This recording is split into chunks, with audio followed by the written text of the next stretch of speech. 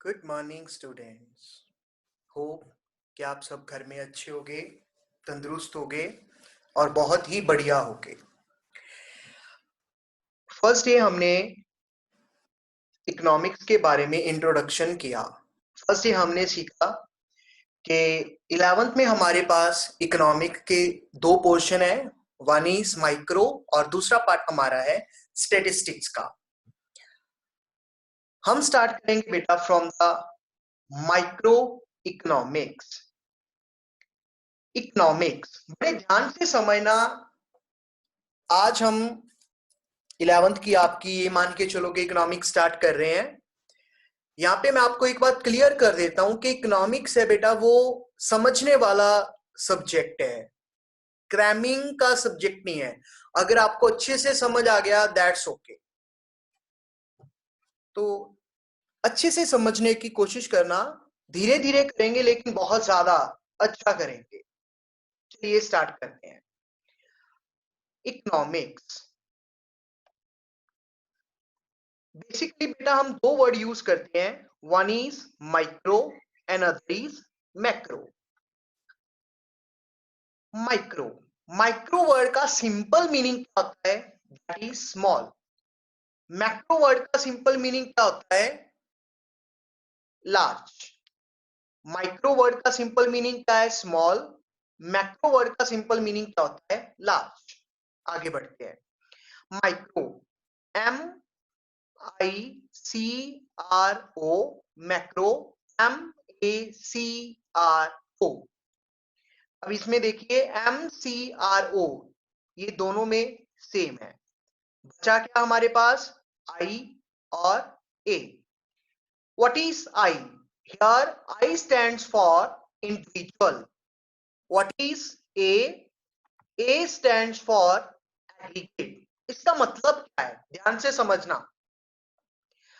Micro में हम जो भी पढ़ेंगे, जैसे यहाँ पे मैंने डेफिनेशन में लिखा है ऑल इकोनॉमिक इश्यूज और प्रॉब्लम्स, है ना। लेकिन अभी आपको ये क्लियर नहीं है कि what are economic issues and what are economic problems. तो समझने के लिए क्या है कि माइक्रो में जो भी कुछ भी हम स्टडी करेंगे, कुछ भी हम स्टडी करेंगे, सब कुछ हम स्टडी करेंगे at the individual level. Small level पे, छोटे लेवल पे, इंडिविजुअल लेवल पे जो भी हमारे इकोनॉमिक इश्यूज हैं, जो भी हमारी इकोनॉमिक प्रॉब्लम्स हैं, माइक्रो में हम जो भी बात करेंगे सभी बातें हम स्मॉल लेवल पे करेंगे, इंडिविजुअल लेवल पे हम बात करेंगे। ए stands for an aggregate. Aggregate word का मतलब क्या होता है? टोटल। मतलब मैक्रो में हम जो भी बात करेंगे, जो भी बातें करते हैं, कोई भी हमारे इकोनॉमिक इश्यूज हैं या हमारी इकोनॉमिक प्रॉब्लम्स हैं, सभी हम एग्रीगेट लेवल पे स्टडी करेंगे। एग्रीगेट लेवल का मतलब क्या है? टोटल लेवल पे जो सारे सभी हमारे बड़े बड़े कंसेप्ट हैं वो सब हम स्टडी करते हैं मैक्रो इकोनॉमिक्स में। जो हमारे छोटे छोटे इकोनॉमिक प्रॉब्लम्स हैं, छोटे छोटे इश्यूज हैं, वो सब हम स्टडी करते हैं इन माइक्रो इकोनॉमिक्स। जो कंट्री लेवल की बातें, इंटरनेशनल लेवल की बातें हैं, वो सारी हम स्टडी करते हैं मैक्रो इकोनॉमिक्स में। जैसे कि यहाँ पे मैंने एग्जांपल लिखा है national income. Simple meaning national income मतलब हमारे पूरे कंट्री का इनकम। तो पूरे कंट्री के इनकम की बात कर रहे हैं, बड़ी बात कर रहे हैं, तो नेचुरली है किस में बात करेंगे हम इसको? मैक्रो इकोनॉमिक्स में। देखिए बेटा, ये actually micro and macro, these are the two branches of economics. ध्यान दीजिए, इकोनॉमिक्स की ये दो ब्रांचेस हैं, one is micro economics and other is macro economics. जो माइक्रो है ये आप पढ़ोगे 11th में, और जो ये मैक्रो है ये आपका सिलेबस है 12th का। लेकिन क्योंकि माइक्रो को समझने के लिए आपको थोड़ा थोड़ा मैक्रो का पता होना चाहिए, तो आज फर्स्ट चैप्टर में, फर्स्ट क्लास में मैं आपको माइक्रो और मैक्रो दोनों के बारे में बताऊंगा। हमारा मैक्रो का जो पोर्शन है पूरा 12th में है, लेकिन आपको समझना होगा कि मैक्रो भी क्या है। ठीक है सर, ये समझ आ गया कि इकोनॉमिक्स की ये दो ब्रांचेस हैं, one is micro and other is macro.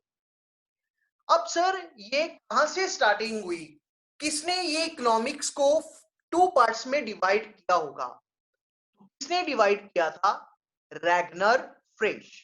ये रैगनर फ्रिश, आप लिखना चाहो तो लिख सकते हो, Ragnar Frisch Oslo University in Norway, Norway से थे, ऑस्लो यूनिवर्सिटी के। ये फर्स्ट पर्सन थे जिन्होंने की इकोनॉमिक्स को पहली बार टू पार्ट्स में डिवाइड किया, टू ब्रांचेस में इकोनॉमिक्स को डिवाइड किया, one is micro and other is macro. कब किया था?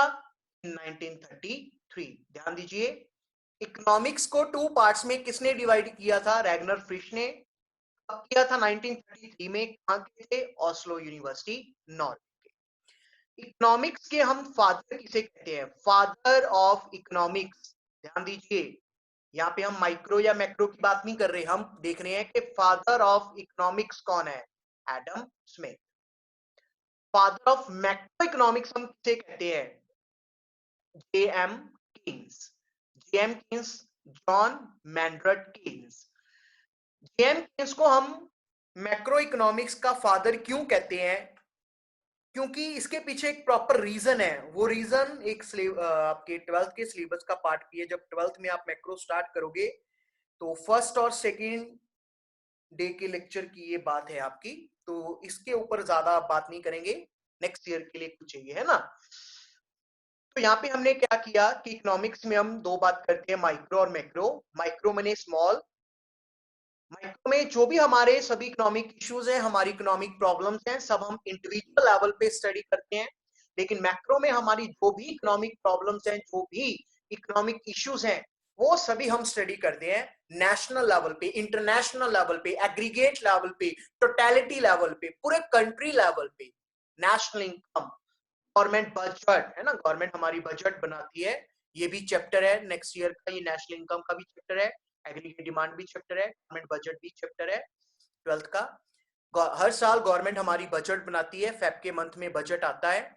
उसमें गवर्नमेंट देखती है कि भाई आने वाले साल में सरकार को कहां कहां से कितने कितने पैसे आने की संभावना है, और सरकार ने कहां कहां पे कितने पैसे खर्च करने हैं। मैंने गवर्नमेंट बजट एक स्टेटमेंट है जिसमें गवर्नमेंट अपने इनकम और एक्सपेंडिचर्स को रिकॉर्ड करती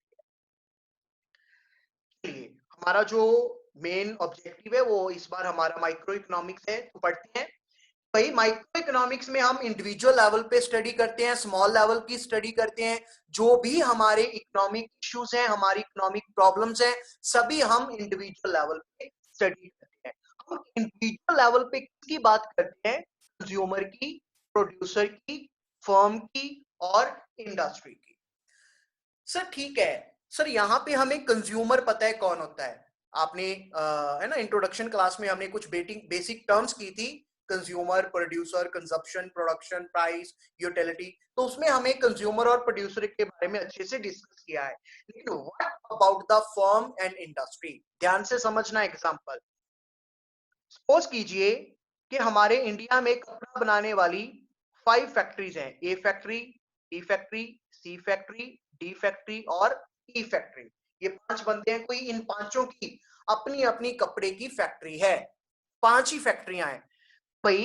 अकेले अकेली फैक्ट्री को, ए फैक्ट्री अकेली, अकेली बी को, अकेली सी को, अकेली डी को, अकेली ई को, इंडिविजुअल फैक्ट्री को हम क्या कहते हैं? फर्म। ध्यान दीजिए, इंडिविजुअल फैक्ट्री को हम क्या कहते हैं? फर्म। और ग्रुप ऑफ फर्म्स को, ये पांचों मिलके क्या बनाएंगी? इंडस्ट्री। क्या कहेंगे हम? टेक्सटाइल इंडस्ट्री, है ना, कपड़ा उद्योग। तो क्या समझा फर्म और इंडस्ट्री क्या है? कि अकेली कंपनी को हम क्या कहते हैं? फर्म। लेकिन सभी को मिलकर हम क्या कहते हैं? इंडस्ट्री।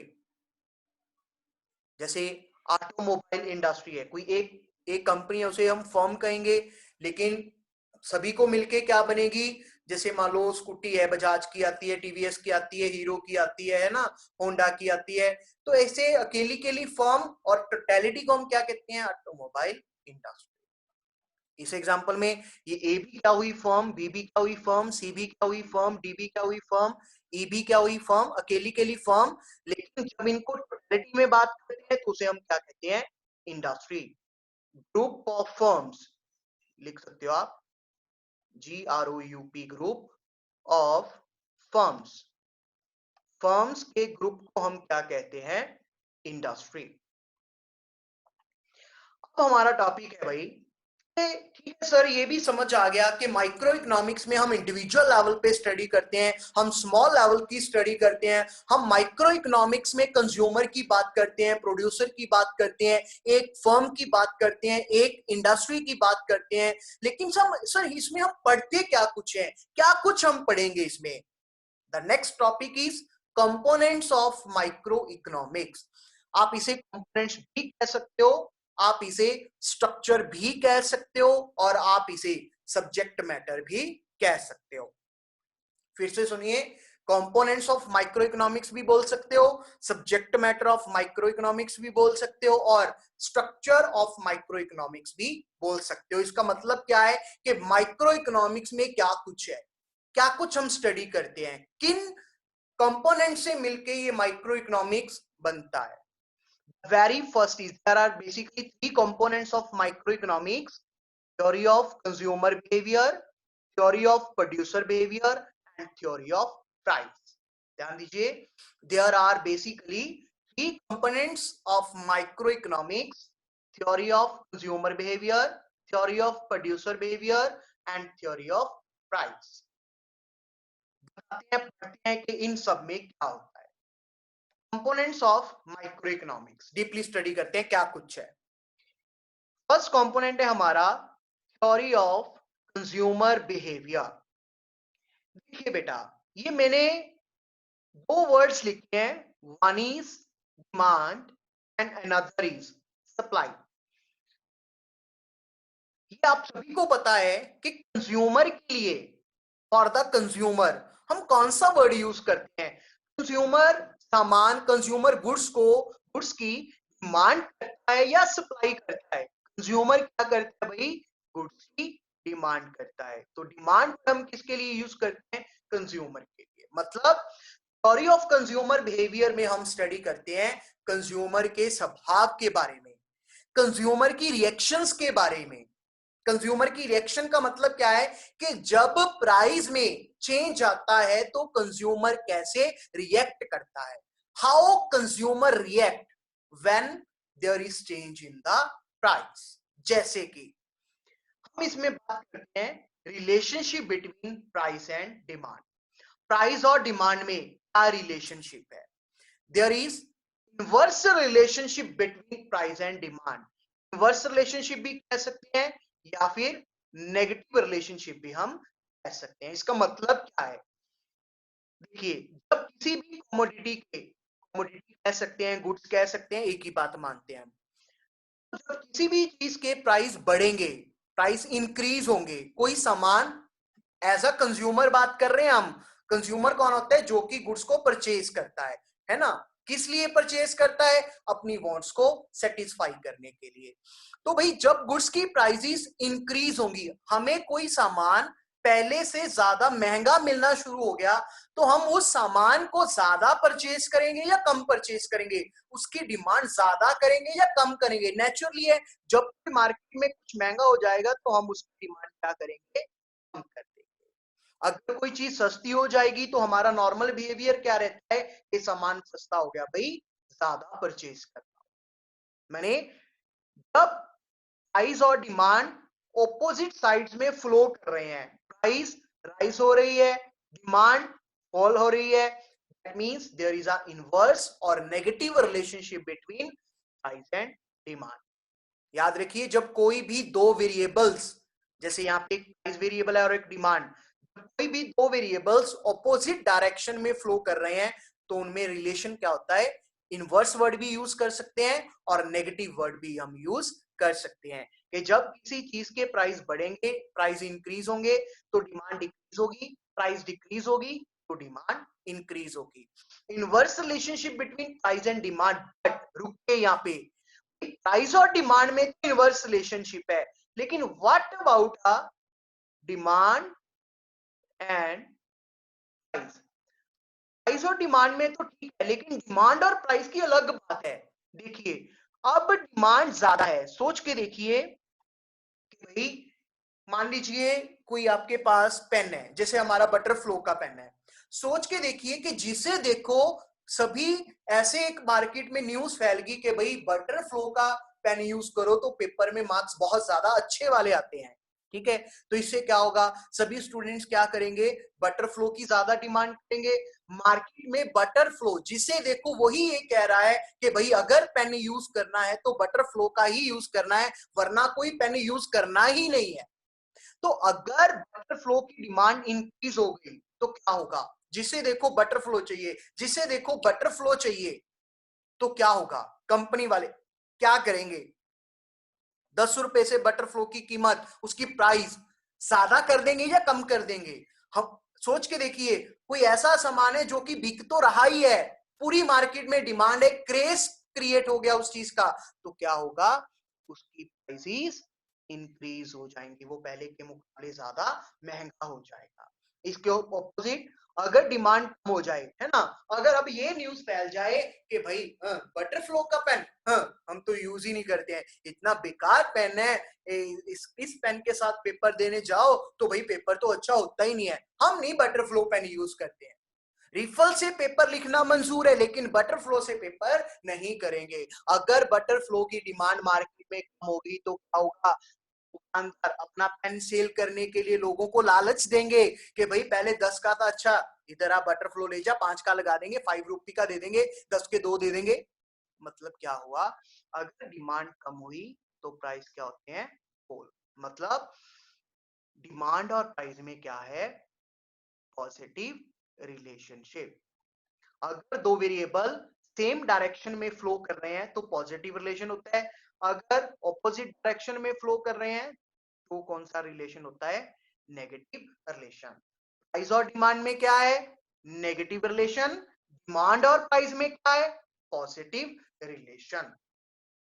तो ये था हमारा basic, the first component of micro economics is theory of consumer behaviour.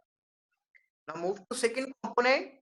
Second component is theory of producer behaviour. अब वही फिर से दो वर्ड्स की तरफ मूव करते हैं, demand and supply. Demand word use करते हैं कंज्यूमर के लिए और सप्लाई वर्ड यूज करते हैं हम फॉर द प्रोड्यूसर, है ना। तो थ्योरी ऑफ प्रोड्यूसर बिहेवियर, इसमें हम क्या देखेंगे, प्रोड्यूसर के बिहेवियर में बात करेंगे कि प्रोड्यूसर कब कैसे, है ना, वो मैक्सिमम प्रॉफिट अर्न करता है, क्योंकि किसी भी प्रोड्यूसर का मेन मोटिव क्या होता है कि उसे बहुत सारे प्रॉफिट्स चाहिए। ये बात तो जब तक आप इकोनॉमिक्स पढ़ोगे तब तक आप भूल नहीं सकते कि प्रोड्यूसर का मेन मोटिव क्या होता है, to get maximum profit, and the main motive of the consumer is to get maximum satisfaction। ये बात तो आपको बस है ना अपने पल्लू से बांध लेनी है कि भाई किसी भी प्रोड्यूसर का मेन मोटिव होता है मैक्सिमम प्रॉफिट और कंज्यूमर का मेन मोटिव होता है मैक्सिमम सेटिस्फेक्शन। इसमें हम बात करते हैं relationship between price and supply. Price और सप्लाई में क्या रिलेशन है, प्राइस और सप्लाई में क्या रिलेशन है, ध्यान से समझना। अब आप अपने आप को एक प्रोड्यूसर की तरह देखो, एक दुकानदार की तरह देखो। सपोज आप किसान हो, ठीक है, तो भाई अभी आप किसान, वो पेन की एग्जांपल ही लो, अब अपने आप को आप पेन की फैक्ट्री का मालिक समझ लो। प्राइस इंक्रीज हो गए किसी भी वजह से, है ना, वैसे तो ये चैप्टर्स हैं पूरे पूरे, तो वहां पे बहुत ज्यादा डीपली हम डिस्कस करेंगे, दीज आर स्टिल है ना ओनली कंपोनेंट्स, बेसिक कर रहे हैं। अब मान के चलिए कि भाई जो आप पेन बना रहे हो कि बटरफ्लो की आपकी कंपनी है, ठीक है, कि भाई आपका नाम कशिश है और आपकी ये बटरफ्लो की कंपनी है, फैक्ट्री है आपकी। तो भाई अब क्या हुआ, किसी भी वजह से, वो वजह कोई भी हो सकती है, कौन कौन सी वजहें हो सकती हैं वो चैप्टर में देखेंगे। किसी भी वजह से जो आपकी कंपनी का पेन पहले 10 रुपए का सेल होता था, वो अब किसी भी वजह के कारण उसका प्राइस इंक्रीज होके 10 से 15 रुपी तक चला गया है, तो क्या होगा, इसका सप्लाई के ऊपर इंपैक्ट क्या होगा, सोच के देखिए। आप 10 रुपए के ऊपर पहले 100 यूनिट सप्लाई करते थे, जब किसी भी वजह से आप आपके जो पेन की प्राइस है वो 15 रुपी हो चुकी है, 15 रुपी के ऊपर आपको क्या होगा, पहले से आपके प्रॉफिट ज्यादा होंगे या कम होंगे? मान लो ये 10 रुपए का जो पेन आप सेल करते थे, ये आपको कोई लगभग 8 रुपी का कॉस्ट करता था। मैंने आपको पहले कितना प्रॉफिट होता था पर पेन, 2 रुपी। लेकिन अब ये पेन कितने का सेल हो रहा है आपका भाई, 15 रुपीज का। तो आपके प्रॉफिट इंक्रीज हो गए, कितने के हो गए, 7 रुपी पे। तो जब आपके प्रॉफिट पहले से ज्यादा इंक्रीज हो गए, तो सोच के देखिए, बताइए मुझे कि आप पहले से जब आपको मुनाफा ज्यादा हो रहा है, प्रॉफिट ज्यादा आ रहे हैं, तो आप ज्यादा सेल करोगे या कम सेल करोगे? नेचुरली क्या करेंगे, ज्यादा सेल करेंगे। मतलब अगर आप पहले 100 यूनिट सप्लाई करते थे, तो मे बी आप 200 यूनिट भी सप्लाई कर सकते हो। तो क्या रिलेशन हुआ, पॉजिटिव। अगर प्राइस इंक्रीज हुए तो सप्लाई इंक्रीज होगी, अगर प्राइस डिक्रीज हुए तो सप्लाई डिक्रीज होगी। There is positive, again same direction में फ्लो कर रहा है, तो कौन सा रिलेशन कहते हैं, positive relationship. There is positive relationship between price and supply. But रुकिए, there is positive relationship between price and supply, but what is the relationship between supply and price? supply और price में भाई क्या relation है? Price और supply में तो sir समझ आ गया कि भाई पॉजिटिव रिलेशन है, लेकिन सप्लाई और प्राइस में क्या रिलेशनशिप हो सकता है? सप्लाई और प्राइस में क्या रिलेशन है, अगर सप्लाई ज्यादा हो गई, जिस दुकान पे देखो आपकी कंपनी का ही पेन पड़ा है, कोई कंज्यूमर आपकी कंपनी का पेन परचेज करने को तैयार ही नहीं है। जिसकी दुकान पे देखो, है ना, कोई ग्राहक पेन लेने जाता है तो दुकानदार सबसे पहले बटरफ्लो का पेन ही दिखा देता है कि भाई ये पेन ले लो। क्यों? क्योंकि बिक ही नहीं रहा उसका पेन, भरे पड़े हैं उसकी दुकान में बटरफ्लो के पेन, कोई परचेज करने को तैयार ही नहीं है। सप्लाई बहुत ज्यादा हो चुकी है, तो इसका इंपैक्ट प्राइस के ऊपर क्या होगा, प्राइस क्या हो जाएंगे, है ना? तो क्या करेंगे सेलर्स, प्रोड्यूसर क्या करेंगे, अपना सामान बेचने के लिए, कंज्यूमर को अट्रैक्ट करने के लिए क्या करेंगे, प्राइस कम कर देंगे। मतलब अगर सप्लाई ज्यादा है तो प्राइस कम होंगे, लेकिन अगर सप्लाई कम है, मार्केट में दुकानों के ऊपर पेन है ही नहीं, तो क्या होगा, सप्लाई आ नहीं रही है, लेकिन जिसे देखिए पेन उसे बटरफ्लो का ही चाहिए, तो पेन किसे मिलेगा, नेचुरली जो प्राइस ज्यादा पे करने को तैयार हो जाता है। अगर सप्लाई कम है तो प्राइस क्या हो जाती है, इंक्रीज। ध्यान दीजिए, there is positive relationship between price and supply, but there is inverse और negative relationship between supply and price. Sir आप ये प्राइस प्राइस बहुत वर्ड यूज कर रहे हो, उससे क्या सिस्टम है, ये कैसे ये डिटरमाइन होता है, कैसे फिक्स होता है ना? जैसे हमने एग्जांपल की 10 रुपए का पेन है, 15 रुपए का पेन है, ये कैसे डिटरमाइन होता है ना? पूरा 11th में यही सब कुछ पढ़ने वाले हैं हम, सब कुछ बहुत ज्यादा इंटरेस्टिंग है। Third component is theory of price, price determination. इसका मतलब क्या है, how price can be determine in the market, कि भाई मार्केट में प्राइसेस कैसे डिटरमाइन होते हैं, कैसे डिटरमाइन होते हैं, according to the market forces. Sir ये मार्केट फोर्सेस वर्ड कभी सुना नहीं है, इसका मतलब क्या है? मार्केट फोर्सेस वर्ड का मतलब क्या होता है, according to market demand and market supply. Market में गुड्स की कितनी डिमांड है और उस गुड की कितनी सप्लाई है, इस हिसाब से डिटरमाइन होगा कि उस प्रोडक्ट की, उस कमोडिटी की मार्केट में प्राइस क्या होगी। फिर से सुनिए, मार्केट में गुड्स की प्राइस कैसे डिटरमाइन होती है, उस गुड की डिमांड और सप्लाई डिटरमाइन करती है कि उसकी प्राइसेस कितनी होंगी। जैसे कि अगर किसी प्रोडक्ट की मार्केट में डिमांड ज्यादा है, सप्लाई उसकी बहुत कम है, लोग, है ना, मान लीजिए कोई नया फोन आया है, बेसिक एग्जांपल, जैसे है ना कोई नई कार आती है, मान लो कोई मारुति वालों की, कोई सपोज करो कोई फेरा नाम की कोई मान लो कार आई, ठीक है? तो फेरा कार आई जब, तो स्टार्टिंग में क्या होता है ना, क्योंकि एक ये होता है कि नई मॉडल आया है भाई, सभी है ना, हर बंदा, हर रिच बंदा ये सोचता है कि ये मॉडल तो मेरे पास होना ही चाहिए, लेकिन जल्दी जल्दी कंपनी से आ नहीं पाती। तो आपने वर्ड ही सुना होगा जरूर पेरेंट्स से या कभी भी, कि ब्लैक हो गई, है ना, ब्लैक पे मिल रही है। ब्लैक पे मिलने का मतलब क्या है कि क्योंकि भाई उसकी डिमांड बहुत ज्यादा है, कंपनी से इतनी बन नहीं पा रही है, तो क्या होता है, उसकी प्राइस इंक्रीज हो जाती है। उसकी एक्चुअल कीमत कितनी होती है, 10 लाख, लेकिन क्योंकि सप्लाई कम है, डिमांड ज्यादा है, तो उसका प्राइस कितना हो जाता है, 12 लाख रुपीस। मतलब क्या होता है कि जब किसी प्रोडक्ट की डिमांड ज्यादा है, सप्लाई कम है, तो प्राइस इंक्रीज होगा। अगर डिमांड कम है, सप्लाई ज्यादा है, तो प्राइस डिक्रीज होगा। ध्यान दीजिए फिर से, प्राइसेस कैसे डिटरमाइन होते हैं, according to the market forces, according to market demand and market supply.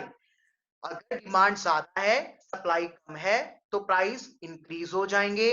अगर डिमांड कम है, सप्लाई ज्यादा है, तो प्राइस फॉल हो जाएंगे। डिमांड कम है मतलब है ना, कोई परचेज करके राजी नहीं है, भरा पड़ा है इस मार्केट में सामान, सप्लाई बहुत है, तो सेल करने के लिए प्राइसेस कम हो जाएंगे।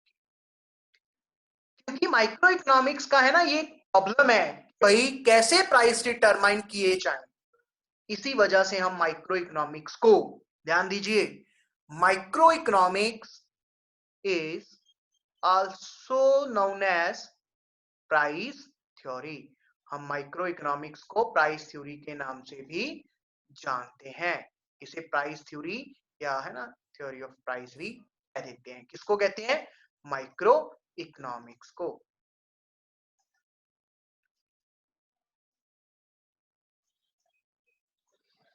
So this is the basic about the micro economics. Micro economics क्या है, फिर से थोड़ा सा जल्दी जल्दी रिपीट करता हूँ कि स्मॉल, इसका मतलब क्या है, स्मॉल। जो माइक्रो वर्ड है वो ग्रीक वर्ड माइक्रोस से लिया गया है, इसका मतलब क्या होता है, स्मॉल। और जो मैक्रो वर्ड है वो ग्रीक वर्ड मैक्रो से लिया गया है, MAKROS, माइक्रोस, जिसका मतलब क्या होता है, लार्ज। माइक्रो स्मॉल लेवल पे बात करते हैं, मैक्रो लार्ज लेवल पे बात करते हैं, सभी सेम है, डिफरेंस इज आई और A. Micro, I stand for individual, A stand for aggregate. मतलब माइक्रो इकोनॉमिक्स में जो भी हमारे इकोनॉमिक इश्यूज हैं, जो भी हमारी इकोनॉमिक प्रॉब्लम्स हैं, उन्हें हम इंडिविजुअल लेवल पे स्टडी करते हैं, कंज्यूमर लेवल पे, प्रोड्यूसर लेवल पे, फर्म लेवल पे और इंडस्ट्री लेवल पे। और मैक्रो इकोनॉमिक्स में जो भी हमारे इकोनॉमिक इश्यूज और इकोनॉमिक प्रॉब्लम्स हैं, उन्हें हम एग्रीगेट लेवल पे स्टडी करते हैं। इसके components, theory of consumer behaviour, theory of producer behaviour and theory of price. Theory of consumer behaviour में हम स्टडी करते हैं कंज्यूमर के बिहेवियर के बारे में, कि प्राइस और डिमांड का क्या रिलेशनशिप है। प्राइस और डिमांड में इनवर्स रिलेशन है, डिमांड और प्राइस में पॉजिटिव रिलेशन है। Producer behaviour, relationship between price and supply, price और सप्लाई में पॉजिटिव है, सप्लाई और प्राइस में नेगेटिव रिलेशनशिप है। Third component is theory of price. Price कैसे डिटरमाइन होता है, according to the market forces, that means according to market demand and market supply. अगर मार्केट में डिमांड ज्यादा है, सप्लाई कम है, तो प्राइस इंक्रीज होगा। अगर डिमांड कम है, सप्लाई ज्यादा है, तो प्राइस डिक्रीज होगा। माइक्रो इकोनॉमिक्स को हम प्राइस थ्योरी भी कहते हैं। ये तो थी माइक्रो के बारे में। अब जल्दी जल्दी से थोड़ा सा मैक्रो के बारे में भी हम डीपली थोड़ा सा स्टडी करते हैं, क्या होती है मैक्रो इकोनॉमिक्स। तो ये तो समझ आया कि भाई macro economics, A stand for aggregate, माने हम मैक्रो इकोनॉमिक्स में जो भी हमारे इकोनॉमिक इश्यूज हैं, जो भी हमारी इकोनॉमिक प्रॉब्लम्स हैं, जो भी कुछ हम स्टडी करते हैं, सारा हम एग्रीगेट लेवल पे स्टडी करते हैं, कंट्री लेवल पे स्टडी करते हैं। जो सारे बड़े बड़े कंसेप्ट हैं, बड़ी बड़ी प्रॉब्लम्स हैं, वो सब हम स्टडी करते हैं मैक्रो इकोनॉमिक्स में। मैक्रो इकोनॉमिक्स के कंपोनेंट्स क्या हैं, अब कंपोनेंट्स भी कह सकते हैं, फिर से वही सब्जेक्ट मैटर भी कह सकते हैं, है ना, स्ट्रक्चर भी कह सकते हैं कि मैक्रो इकोनॉमिक्स में क्या कुछ होता है। ये आपका मैक्रो का नेक्स्ट ईयर का लगभग सिलेबस ही है। कंपोनेंट्स वही होता है, सिलेबस में है क्या कुछ पढ़ते हैं, इंक्लूडेड क्या है। इसके कंपोनेंट्स कौन कौन से हैं डीपली डिस्कस नहीं करेंगे, थोड़ा थोड़ा बता देता हूँ। थ्योरी ऑफ एम्प्लॉयमेंट, कंट्री में एम्प्लॉयमेंट का लेवल क्या है, कितनी एम्प्लॉयमेंट है, कितनी अनएम्प्लॉयमेंट है, कौन कौन से फैक्टर्स हैं जो कि कंट्री में एम्प्लॉयमेंट और अनएम्प्लॉयमेंट है ना डिटरमाइन करते हैं। Theory of national income, national, what is national income, what are the different methods to calculate national income. National income क्या है, नेशनल इनकम को कैसे कैलकुलेट कर सकते हैं, कौन कौन से मेथड्स हैं नेशनल इनकम को कैलकुलेट करने में, सब कुछ कहां पे पढ़ते हैं, इन macro economics. Theory of general price level, country में कितना इन्फ्लेशन है, इन्फ्लेशन का मतलब क्या होता है, महंगाई। कितना कंट्री में डिफ्लेशन है, डिफ्लेशन का मतलब क्या होता है, मंदी होना, है ना। कितनी इन्फ्लेशन है, कितनी डिफ्लेशन है, कैसे इन्फ्लेशन होती है, कैसे डिफ्लेशन होती है, कैसे इन्फ्लेशन या डिफ्लेशन कंट्रोल हो सकती है, ये सब भी किसमें पढ़ते हैं, मैक्रो इकोनॉमिक्स में। थ्योरी ऑफ मनी, मनी क्या है, पैसा क्या है, मनी के एडवांटेज क्या है, डिसएडवांटेज क्या है, मनी से आने का पहले का सिस्टम क्या है, जैसे आपने थोड़ा सा पढ़ा होगा बार्टर सिस्टम के बारे में, वो हम नेक्स्ट ईयर स्टडी करेंगे, है ना। और हम इसमें पढ़ते हैं कि कैसे करेंसी इशू की जाती है, हमारे आरबीआई के बारे में पढ़ेंगे, सभी बैंक्स के बारे में पढ़ेंगे नेक्स्ट ईयर मैक्रो में। Theory of international trade, international trade में हम क्या इंक्लूड करते हैं, एक्सपोर्ट एंड इंपोर्ट। इकोनॉमिक्स में एक्स को हम लिखते हैं एक्सपोर्ट, एम को हम लिखते हैं इंपोर्ट। कितना इंपोर्ट है, कितना एक्सपोर्ट है ना। हम जैसे नॉर्मल अपनी लैंग्वेज में वर्ड यूज करते हैं कि भाई $1 की कीमत 60 रुपए है, 70 रुपए है, 80 रुपीज का हो गया।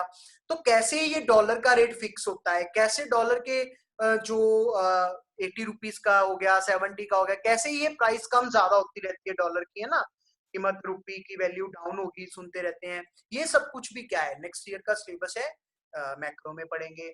इकोनॉमिक ग्रोथ, हमारी इकोनॉमी कैसे बढ़ती है, कंट्री में ग्रोथ कैसे होती है, गवर्नमेंट की कौन कौन सी पॉलिसीज है कंट्री को ग्रो करने की। So these are the basic components of macro economics. ये डीपली नहीं स्टडी करेंगे क्योंकि नेक्स्ट ईयर का सिलेबस है, लेकिन छोटा सा टॉपिक और समझा देता हूं। ये प्रॉब्लम है मैक्रो इकोनॉमिक्स की, इक्विलिब्रियम लेवल, मैक्रो की equilibrium level of income and employment. हमारी इकोनॉमी इक्विलिब्रियम में कब होती है, इक्विलिब्रियम वर्ड का मतलब क्या होता है कि गुड पोजीशन कह सकते हैं आप। इक्विलिब्रियम एक ऐसी कंडीशन होती है कि उस कंडीशन से ना हम आगे की तरफ जाना पसंद करते हैं, ना उस पॉइंट से हम पीछे की आना तरफ पसंद करते हैं, है ना। जैसे अगर हम कंज्यूमर इक्विलिब्रियम इस साल पढ़ेंगे, बता देता हूँ छोटा सा यहाँ पे क्या है कि भाई जैसे मान लीजिए कोई ए पर्सन है, वो 2 चपातीस खाता है, तो अगर वो 1 खाएगा तो भूखा रह जाएगा, 3 खाएगा तो ज्यादा हो जाएगा, तो 2 चपातीस उसके लिए क्या है, वो इक्विलिब्रियम पॉइंट, तो गुड पॉइंट कह सकते हैं। तो हमारी इकोनॉमी गुड कंडीशन में कब होती है, जब हमारी इकोनॉमी में एग्रीगेट डिमांड एग्रीगेट सप्लाई के बिल्कुल इक्वल होती है। एग्रीगेट डिमांड मतलब, एग्रीगेट का मतलब क्या होता है, टोटल, कि जब हमारी कंट्री की टोटल डिमांड टोटल सप्लाई के इक्वल होती है। एग्रीगेट डिमांड किसे कहते हैं, मान लीजिए इकोनॉमी में 5 बंदे हैं, A B C D E. ए ने एक साल में पूरा कुछ भी कितना, सब कुछ कितना खरीदा, ऐसी बी ने सब कुछ कितना खरीदा, सी ने, डी ने, ई ने सेम, सभी ने मिलके इंडिविजुअली कितना खरीदा, उसका टोटल कर देंगे तो वो क्या आ जाता है, एग्रीगेट डिमांड। ए ने कितना फर्नीचर खरीदा, कितना उसने राशन खाया, है ना, कितना उसने कोई लैपटॉप खरीदा, मोबाइल खरीदा, कपड़े खरीदे, एलईडी खरीदी, कितना उसने कुछ भी खरीदा, सब कुछ ए का, ऐसी सब कुछ बी का, डी का, ई का, सभी का ऐड कर देंगे तो हमारे पास क्या आ जाती है, एग्रीगेट डिमांड। एग्रीगेट सप्लाई, सभी प्रोड्यूसर्स ने मिलके एक साल में कितनी प्रोडक्शन की है, कितना सामान बनाया है। तो हमारी इकोनॉमी इक्विलिब्रियम में कब होती है, जब एग्रीगेट डिमांड एग्रीगेट सप्लाई के इक्वल होती है। लेकिन क्या हो, अगर इकोनॉमी में एग्रीगेट डिमांड ज्यादा हो और एग्रीगेट सप्लाई कम हो। अगर एग्रीगेट डिमांड ज्यादा है, एग्रीगेट सप्लाई कम है, डिमांड ज्यादा है, सोच के देखिए फिर से वही पुराना कंसेप्ट आ गया, डिमांड ज्यादा है सप्लाई कम है, तो क्या होगा, प्राइस लेवल इंक्रीज हो जाएगा, कंट्री में इन्फ्लेशन आ जाएगी। जब डिमांड एग्रीगेट डिमांड कम है कि भाई कंज्यूमर को सामान कम परचेज करना चाह रहे थे, प्रोड्यूसर्स ने बनाया बहुत ज्यादा है, अनसोल्ड स्टॉक रह गया, तो क्या होता है, जनरल प्राइस लेवल फॉल हो जाता है, मतलब कंट्री में डिफ्लेशन आ जाती है। फिर इस तरह की सिचुएशन को, अगर हमारी इकोनॉमी इक्विलिब्रियम में नहीं है, अगर इकोनॉमी में इन्फ्लेशन है, क्योंकि हमारी इकोनॉमी के लिए ना तो इन्फ्लेशन अच्छी होती है, ना ही इकोनॉमी के लिए डिफ्लेशन अच्छी होती है। तो इन्फ्लेशन डिफ्लेशन को रिस्टोर कौन करता है, इक्वल कौन करती है, गवर्नमेंट। गवर्नमेंट भाई अपनी 2 तरह की पॉलिसीज लेके आती है, एक फिस्कल पॉलिसी और एक मॉनेटरी पॉलिसी। क्योंकि मैक्रो इकोनॉमिक्स की main problem equilibrium level of income and employment है, इसी वजह से मैक्रो इकोनॉमिक्स को हम क्या कहते हैं? Income and employment theory. क्या कहते हैं? Income and employment theory. अब आपके मन में एक क्वेश्चन जरूर आया होगा, सर जब हमारे को 11th में माइक्रो इकोनॉमिक्स है, सर आपने हमें मैक्रो के बारे में क्यों बताया? सर इसकी क्या जरूरत थी आज फर्स्ट डे क्लास में पढ़ने की? क्यों? एक्चुअल में ठीक है कि मैक्रो आपको 12th में नहीं है, लेकिन बेटा आपको यहाँ पे चैप्टर में क्वेश्चन आ सकता है, what is the difference between micro economics and macro economics. तो डिफरेंस तभी आप कर पाओगे, तभी लिख पाओगे अगर आपको दोनों के बारे में अच्छे से पता होगा। अगर यहाँ पे हम सिर्फ माइक्रो के बारे में पढ़ते, मैक्रो के बारे में ना पढ़ते, मैं आपको ये कहता बेटा मैक्रो के बारे में है ना, क्योंकि ये नेक्स्ट ईयर का सिलेबस है, आप ऐसे करो डिफरेंस में जो मैक्रो के पॉइंट लिखे आप उसे क्रैम कर लो। ये सब बातें अच्छी नहीं लगती है। मैं फिर से आपको कह रहा हूं, बहुत बहुत ज्यादा इकोनॉमिक्स इंटरेस्टिंग सब्जेक्ट है। इंटरेस्ट से पढ़ोगे तो बहुत ही ज्यादा इजी भी और बहुत ज्यादा स्कोरिंग सब्जेक्ट भी है और बहुत ज्यादा वैल्यूएबल सब्जेक्ट भी है। ऐसी ऐसी आप इकोनॉमिक्स में आगे जा सकते हो, ऐसी जॉब कर सकते हो, इतना ज्यादा आगे आ सकते हो, गवर्नमेंट जॉब्स में आप जा सकते हो कि आप सोच भी नहीं सकते हो। ऐसे नहीं है कि मैं इकोनॉमिक्स पढ़ा रहा हूं, आपके मन में आया होगा सर इकोनॉमिक्स पढ़ा रहे हैं तो सर ऐसे क्वेश्चंस कह रहे हैं, बिल्कुल भी नहीं है। बहुत ज्यादा है ना, बहुत ज्यादा वैल्यूएबल सब्जेक्ट है, बहुत ज्यादा। तो अच्छे से पढ़िए, जो भी आपके डाउट्स हैं बेफिक्र होके, कोई भी झिझकना नहीं है आपने कि सर को कैसे मैसेज करें, क्या पूछें, सर ये सोचेंगे वो सोचेंगे, कुछ नहीं सोचे सर। जो आपके जितने आपके डाउट्स हैं प्लीज प्लीज अच्छे से अपने डाउट्स पूछिए और रोज अपना धीरे धीरे करके पढ़ते चले जाइए। वन मोर थिंग, बुक्स की आप चिंता नहीं करोगे, या ये टॉपिक भी जितना आपको पढ़ाया है फिलहाल आप इसको नोट्स में से ही पढ़ोगे। इसका आपको मैं साथ में पीडीएफ भी भेज रहा हूं। बुक्स में से करने का आपको रिस्क नहीं लेना, आराम से पढ़िए। जब मैं आपको कहूंगा कि बेटा आपने आज बुक से पढ़ना है तो उसको बुक से पढ़िए।